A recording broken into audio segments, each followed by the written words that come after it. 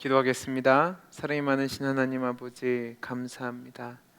오늘도 우리에게 새날을 주시고 이렇게 하나님 앞에서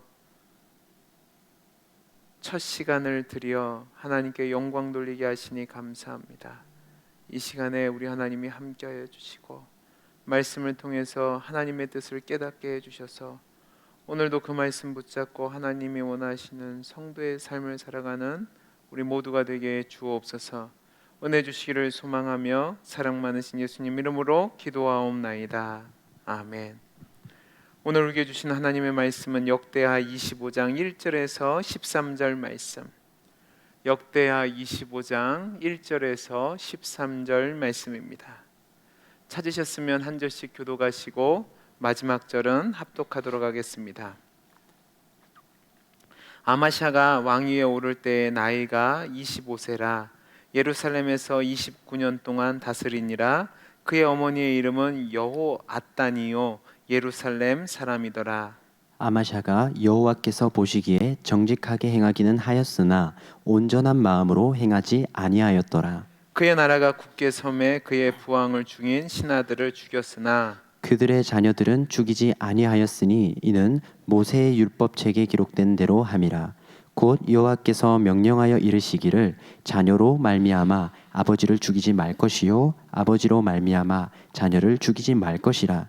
오직 각 사람은 자기의 죄로 말미암아 죽을 것이니라 하셨더라. 아마샤가 유다 사람들을 모으고 그 여러 족속을 따라 천부장들과 백부장들을 세우되 유다와 베냐민을 함께 그리하고 20세 이상으로 계수하여 창과 방패를 잡고 능히 전쟁에 나갈 만한 자 30만 명을 얻고 또 100달란트로 이스라엘 나라에서 큰 용사 10만 명을 고용하였더니 어떤 하나님의 사람이 아마샤에게 나와서 이르되 왕이여 이스라엘 군대를 왕과 함께 가게 하지 마옵소서. 여호와께서는 이스라엘 곧 온 에브라임 자손과 함께 하지 아니하시나니 왕이 만일 가시거든 힘써 싸우소서. 하나님이 왕을 적군 앞에 엎드러지게 하시리이다. 하나님은 능히 돕기도 하시고 능히 패하기도 하시나이다 하니 아마샤가 하나님의 사람에게 이르되 내가 100달란트를 이스라엘 군대에게 주었으니 어찌할까. 하나님의 사람이 말하되 여호와께서 능히 이보다 많은 것을 왕에게 주실 수 있나이다 하니라.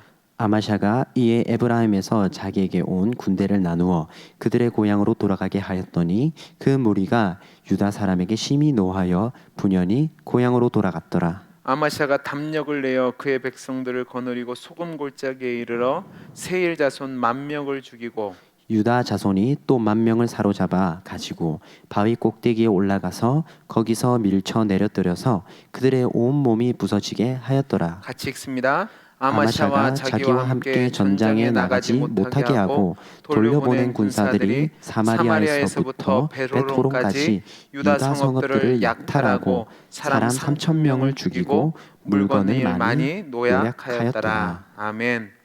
오늘 우리가 함께 읽은 말씀은 남유다의 제9대 왕인 아마샤란 사람의 통치에 대해서 다루고 있는 25장 1절에서 28절 말씀 중에 전반부에 해당되는 내용입니다. 이 내용에서 역대기 기자는 아마샤의 즉위와 에돔 정벌에 대해서 다루고 있음을 볼 수 있습니다. 자, 그러면 우리가 앞에 있는 내용을 좀 잠깐 살펴보고 오늘 본문에 들어가도록 하겠습니다. 유대의 4대 임금이었던 여호사밧은 선한 임금이었지만 그가 아합의 가문과 결혼하고 동맹을 맺는 죄를 범함으로 말미암아 남유다는 그 후에 심각한 위기에 봉착하게 됩니다. 5대 왕이었던 여호람, 6대 임금이었던 아하시야, 또 7대 왕이었던 아달랴의 시대까지 이르면서 유다는요 온 나라가 하나님 앞에서 범죄함으로 말미암아 정말로 나라가 멸망하기 직전까지 도달하게 됩니다. 그때 하나님은 한 사람을 준비시켰는데 그 사람이 누구냐면 대제사장 여호야다라는 사람입니다. 그 사람의 도움으로 헌신으로 요아스가 유다의 8대 왕으로 즉위하여 40년간 나라를 다스리면서 유다는 정치적으로 상당히 안정기에 들어섭니다. 그런데 우리가 어제 살펴본 것처럼 여호야다가 죽은 뒤에 요아스는 하나님의 말씀이 아닌 유다 방백들의 조언을 따라서 하나님을 배반하고 하나님의 전을 버리고 아세라를 비롯한 우상을 섬기게 되었고, 하나님이 보내신 선지자의 말을 듣지 않고 하나님이 보내신 스가랴 선지자를 선전들에서 죽이는 악행을 행하게 됩니다. 그로 말미암아 요아스는 하나님의 심판을 받아서 2명의 반이스라엘 사람들에게 암살을 당하게 됩니다. 여러분, 성경을 보면 이 요아스 임금이 유다 역사상 최초로 암살을 당한 왕이었습니다. 그리고 이로 말미암아 남유다는 다시 한번 혼돈과 불안에 소용돌이에 휘말리게 됩니다. 그 소용돌이 상황 속에서 왕이 된 것이 오늘 우리가 함께 살펴볼 남유다의 9대 왕인 아마샤입니다. 1절에서 5절까지 말씀을 보시면 혼동 상황 속에서 아마샤가 왕이 되는 모습을 기록하고 있습니다. 그는 25세 때 남유다의 왕이 되어서 29년 동안 예루살렘에서 통치했다고 되어 있습니다. 여기서 우리가 가만히 살펴보면 아주 의미심장한 내용이 나오는데, 그의 어머니가 여호앗단이라는 인물인데 이 여인이 예루살렘 사람입니다. 그러니까 몇 세대 동안 다윗의 집안에 악영향을 끼쳤던 아합 집안의 영향이 드디어 끊기고 이제 새로운 시대가 열렸음을 이야기하는 겁니다. 그가 처음 왕이 되었을 때 정치적으로, 경제적으로, 외교적으로 힘든 상황이었지만 하나님 보시기에 정직하게 행함으로 말미암아 하나님의 말씀에 따라서 그의 나라가 비교적 안정을 되찾게 됩니다. 그런데 오늘 말씀을 보면 그는 다윗처럼 선한 왕은 아니었습니다. 그는 악한 왕은 아니어서 바르게 행하려고 했지만 다윗이나 여호사밧처럼 종교개혁을 통해서 나라를 바로 세우려고 하지는 않았습니다. 그의 삶에 대해서 내일까지 살펴볼 텐데, 그는 그의 아버지 요아스와 거의 동일한 삶의 궤적을 살아가고 있음을 볼 수 있습니다. 처음에는 긍정적인 평가를 받지만 마지막에는 하나님께 등을 돌리는 배신한 삶을 살게 되고 이로 말미암아 큰 위기를 맞이하게 되는 겁니다. 하여튼 그는 왕이 되어서 나라가 어느 정도 안정을 되찾자 자신의 아버지를 죽인 자들을 처형합니다. 그런데 여기서 그는 모세의 율법에 기록된 것처럼 자신의 아버지를 죽인 자들은 죽이지만 그의 자녀는 죽이지 않습니다. 이것이 첫 번째 단락이고요. 두 번째 단락은 5절에서 13절까지 말씀인데, 여기서는 아마샤가 에돔과의 전쟁을 벌이는 장면이 기록되어 있습니다. 열왕기서를 보면 아마샤와 에돔과의 전쟁에 대해서 단 한 절로 요약하고 있습니다. 그래서 세부적인 내용을 알 수 없지만 역대기 기자는 비교적 상세하게 기술을 하고 있습니다. 아마샤는 왕이 된 뒤에 나라가 안정이 되자 군대를 편성하기 위해서 유다와 베냐민 지파 사람들을 가문에 따라 천부장과 백부장을 세우고 20세 이상의 남자를 계수하는데 창과 방패를 잡고 전쟁에 참여할 수 있는 숫자가 30만 명에 달했다라고 이야기하고 있습니다. 이 숫자가 대단해 보이지만 실제로 보아보면 여호사밧의 시대 때는요 거의 120만 명에 육박했던 것을 볼 수 있습니다. 그러면 그것에 비해서는 4분의 1로 줄어든 겁니다. 그러니까 그 여호사밧의 시대에 비해서는 지금 이 남유다의 국력이 그만큼 약해졌다는 거죠. 왜 이런 일이 벌어졌습니까? 제가 방금 말씀드린 것처럼 여호사밧의 죄에서 시작하여 그 후에 일어났던 그 아합의 후손들이 이스라엘에게 악한 영향력을 끼침으로 말미암아 하나님을 거역하였고요, 그로 말미암아 남유다가 쇠퇴하였기 때문에 이런 결과를 맞이하게 된 겁니다. 아마샤는 자신의 군대가 30만이 되지만 그것으로는 약하다고 생각해서 6절 말씀을 보면 은 100달란트, 그러니까 은 5,400kg을 주고 북왕국 이스라엘에서 용병 10만 명을 데리고 옵니다. 이때 어떤 하나님의 사람이 아마샤에게 와서 이스라엘 용병들을 전쟁에 참여시키지 말라고 얘기합니다. 왜냐하면 하나님께서 이스라엘 사람과 함께 하시지 않으니까 그들과 전쟁에 나오면 반드시 패할 것이라는 거죠. 하나님의 말씀에 순종하여 이들을 돌려보내고 남유다의 군대만 이끌고 전쟁에 나가면 하나님께서 승리를 주시지만 이스라엘의 용병을 데리고 전쟁에 참여하면 꼭 질 거라고 경고합니다.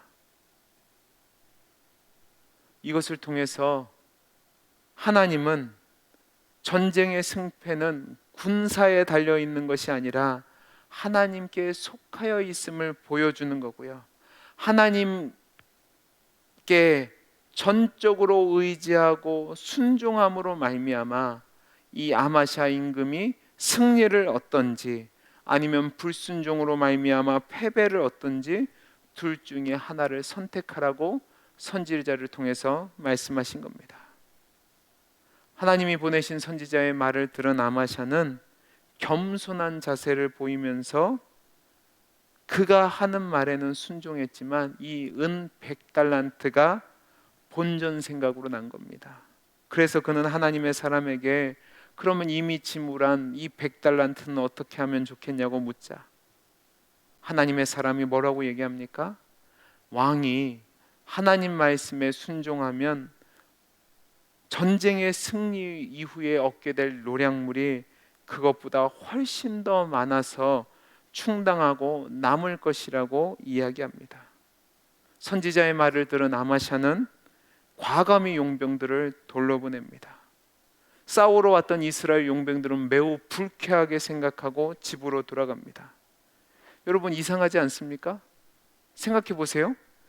싸우러 왔습니다. 돈을 받고. 근데 싸우지 않고 돈을 받아가면 불쾌하면 안 됩니다. 그런데 이들이 왜 화를 냈느냐 보시면 1달란트가 보통 3,000세겔로 환산할 수 있습니다. 그러면 용병들은 3세겔씩밖에 받지를 못한 겁니다. 당시 월급으로 환산하면 3개월치 월급밖에 되지 않습니다. 일을 하지 않고 올린 수입으로 본다면 괜찮아 보이지만 이들이 화를 낸 것은 무엇이냐면 싸움에 나온 전문가로서 자존심이 상한 겁니다. 또 자존심이 상했을 뿐만 아니라 전쟁에 참여해서 이기고 나면 그 노획물을 통해서 더 큰 이익을 얻을 것을 기대하고 왔는데 그것을 포기하니까 화가 난 겁니다. 아무튼 아마샤는 북이스라엘 군대를 돌려보내고 용기를 내어 30만 명의 군사만 데리고 에돔의 영토에 쳐들어가서 싸움을 벌였는데요. 오늘 본문을 보면 소금 골짜기에서 10,000명을 죽이고 10,000명은 사로잡아 바위 꼭대기에서 떨어뜨려 죽이는 장면을 나옵니다. 여러분 여기서 이 아마샤의 죄악된 모습이 나옵니다. 전쟁에서 싸워서 10,000명을 죽인 것은 그렇다고 치고 생포한 10,000명을 여러분 바위 꼭대기에서 떨어뜨려 죽였습니다. 이것은 그가 얼마나 잔인한 사람이 있는지를 보여주는 거죠. 근데 그 과정 속에서 문제가 생겼습니다. 아마샤가 에돔 사람들과 전쟁에서 승리하는 동안에 그가 돌려보냈던 이스라엘의 용병이 사고를 치는데 이스라엘로 돌아가는 그 길 가운데 있던 사마리아와 베토론 사이에 있는 유다 성읍을 쳐서 사람들을 3,000명이나 죽이고 많은 물건을 약탈해 간 겁니다. 이것이 오늘 본문의 내용입니다. 이 말씀을 통해서 저와 여러분이 오늘 교훈을 얻기를 원하는 것이 있습니다. 첫째로 무엇이냐면 하나님을 섬기는 것은요 99%가 아니라 100%여야 한다는 겁니다. 자, 우리 오늘 본문 1절 2절 말씀을 읽겠습니다. 시작. 아마샤가 왕위에 오를 때에 때에 나이가 25세라. 예루살렘에서 29년 동안 다스리니라. 그의 어머니의 이름은 여호앗단이요 예루살렘 사람이더라. 아마샤가 여호와께서 보시기에 정직하게 행하기는 하였으나 온전한 마음으로 행하지 아니하였더라. 여러분, 아마샤가 29년 동안 예루살렘에서 남유다의 왕으로 다스렸는데 그를 어떻게 평가하냐면 여호와 보시기에 정직하게 행하기는 하였으나 온전한 마음으로는 행하지 아니했다고 기록하고 있습니다. 열왕기 기자는 이 내용을 뭐라고 표현하냐면 요아스처럼 행하되 다윗과 같이 않았다는 말로 바꾸어서 표현하고 있습니다. 아마샤는 왕이 된 뒤에 왕권을 잡고 나라를 안정시켰습니다. 자신의 아버지를 죽인 원수들을 갚았습니다. 그 원수를 갚을 때에도 자신의 마음대로 한 것이 아니라 모세의 율법이 기록된 대로 여호와의 명령을 따라 자식들은 살려두었습니다. 이와 같은 과정을 보면 그는 하나님 말씀을 매우 존중한 사람이 맞습니다. 그러나 이 말씀이 기록된 신명기서에서 다른 율법들, 특히 우상을 멀리하고 산당을 제거하라는 것에 대해서는 그 말씀을 따르지 않습니다. 그러니까 아마샤는요, 자신이 좋아하는 말씀은 따르고 다른 것은 무시하는 영적인 편식을 행한 겁니다. 그래서 역대기 기자는 그를 뭐라고 평가하냐면 여호와 보시기에 정직히 행하기는 했지만 온전한 마음으로, 열왕기 기자의 표현을 빌어서 쓰면 다윗처럼은 행하지 않았다라고 말씀하는 겁니다. 이 평가처럼 그의 삶은 아버지 요아스의 복사판의 인생을 살아갑니다. 사랑하는 성도 여러분, 씨 뿌리는 자의 비유를 기억해 보십시오. 돌짝밭에 뿌려진 씨앗은 온전한 땅이 아니었기 때문에 조그만 위험이나 장애물에도 쉽게 넘어지고 믿음의 열매를 맺지 못하는 것을 볼 수 있습니다. 저는 오늘 아침에 이 말씀을 통해서 저와 여러분의 신앙을 점검해 보기를 원합니다. 여러분은 하나님을 온전히 섬기십니까? 아니면 나름 정직하고 나름 바르고 나름 하나님의 말씀을 사랑하지만 온전히는 섬기지 못하고 있습니까? 여러분, 하나님 앞에서는 99%는 없습니다. 온전하다는 것은 100%를 하나님께 드리는 겁니다. 이것이 진정한 신앙이고 실패하지 않는 신앙이고 하나님이 인정하시는 신앙입니다. 사랑하는 성도 여러분, 저는 저와 여러분들이 하나님 앞에서 신앙생활할 때 대충 하거나 적당히 하는 신앙생활이 안 되기를 간절히 소원합니다. 그런 신앙은 하나님 앞에서 성립될 수 없습니다. 예수님이 비유를 통해서 뭐라고 말씀하셨죠? 사람은 두 주인을 섬길 수 없다고 그랬습니다. 온전히 한 주인만 섬기는 거죠. 버려두고 주를 따르는 겁니다. 그것이 바로 온전히 마음을 들여 하나님을 섬기는 거죠. 저는 우리 성도님들이 온전히 하나님을 섬기는 하나님의 사람들이 될 수 있기를 간절히 소원합니다. 두 번째로 오늘 말씀을 보면 하나님 말씀에 순종하면 하나님이 역사하신다는 것을 알 수 있습니다. 우리 오늘 9절에서 12절 말씀을 읽겠습니다. 시작. 아마샤가 하나님의 사람에게 이르되 내가 100달란트를 이스라엘 군대에게 주었으니 어찌할까? 하나님의 사람이 말하되 여호와께서 능히 이보다 많은 것을 왕에게 주실 수 있나이다 하니라. 아마샤가 이에 에브라임에서 자기에게 온 군대를 나누어 그들의 고향으로 돌아가게 하였더니 그 무리가 유다 사람에게 심히 노하여 분연히 고향으로 돌아갔더라. 아마샤가 담력을 내어 그의 백성을 거느리고 소금 골짜기에 이르러 세일 자손 10,000명을 죽이고 유다 자손이 또 10,000명을 사로잡아 가지고 바위 꼭대기에 올라가서 거기서 밀쳐 내려뜨려서 그들의 온 몸이 부서지게 하였더라. 아멘. 아마시아는 에돔과의 전쟁을 앞두고 부족한 군사력을 보충하기 위해서 은 100달란트를 주고 북이스라엘에서 용병을 사왔습니다. 그러자 하나님은 하나님의 사람을 보내서 그게 아니라고 말합니다. 아마시아로서는 선뜻 순종하기 힘든 말씀이었습니다. 이미 은 100달란트라는 거금을 지불하였습니다. 또 10만 명이나 되는 많은 군사력을 포기한다는 것은 엄청난 희생을 감내하는 것이었습니다. 그러나 그가 그럼에도 불구하고 하나님을 신뢰하며 하나님 말씀에 순종해서 어려운 결단을 내렸을 때 하나님은 그에게 능력을 보여주셨습니다. 하나님이 함께 하시고 그에게 담력을 주셔서 전쟁에 나아가게 하셨고 하나님의 주권 속에서 승리하게 된 거죠. 여러분, 세상은 확률에 근거한 진리관을 가지고 있습니다. 큰 것이 작은 것을 이기고 강자가 약자를 지배하는 것이 당연합니다. 그러나 우리가 하나님을 전적으로 신뢰하고 의지하고 순종하면 하나님은 이러한 인간의 확률의 법칙을 뛰어넘는 일들을 행하십니다. 아무리 세상이 확률의 법칙에 의해서 인과 법칙에 따라서 움직이는 것 같지만 하나님의 주권 속에서 하나님의 경륜 속에서 하나님의 뜻이 임하면 그 일반적인 법칙을 뛰어넘는 역사가 나타난다는 사실입니다. 하나님 말씀에 순종하며 그 진리를 따라 행동하는 자를 하나님은 그 방법을 넘어서서 도우시는 거죠.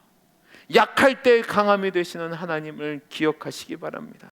하나님이 도우시면 불가능한 일도 가능하게 됩니다. 미디안과 싸워서 승리했던 기본의 용사들을 보십시오. 그들의 용사가 뛰어나서 미디안 군대를 이겼나요? 아니요. 말도 안 되는 숫자였죠. 그러나 하나님이 함께 하시니까 이기게 된 것을 보지 않았습니까? 다윗과 골리앗은 어떻습니까? 상식적으로 본다면 골리앗이 이기는 것이 맞습니다. 그러나 하나님이 다윗과 함께 하시니까 다윗이 이겼잖아요. 마찬가지입니다. 우리가 하나님을 전적으로 신뢰하고 순종하면 그 다음부터는 하나님이 역사합니다. 여러분, 믿음은 순종을 요구합니다. 하나님을 믿고 하나님의 성품을 믿고 하나님의 신실하심을 믿고 하나님 말씀에 순종할 것을 요구한다는 말입니다. 그런데 그렇게 순종하면 그 다음은 그런 자에게 능치 못한 일이 없다는 사실입니다. 저는 우리 성도님들이 이 은혜와 이 축복을 누리는 살아있는 신앙을 가지고 살아가는 성도님들이 되시기를 간절히 소원합니다. 세상을 의지하지 마십시오. 하나님을 온전히 의지하십시오. 하나님 말씀에 순종하십시오. 그 말씀대로 살아보십시오. 그 다음은 하나님이 역사하실 겁니다. 이 은혜를 누리신 우리 성도님들 되시기를 간절히 소원합니다. 기도하겠습니다. 사랑이 많으신 하나님 아버지, 우리 사랑하는 성도님들 모두가 하나님이 도우시면 불가능한 일도 가능하게 되고 하나님이 역사하시면 약할 때 강함된다는 사실을 믿게 하셔서 온전히 하나님을 순종하여 하나님이 행하시는 기적을 경험하며 살아가는 살아있는 신앙을 가진 성도들이 되게 해 주옵소서. 은혜 주시기를 소원하며 감사하며 사랑 많으신 예수님 이름으로 기도하옵나이다. 아멘.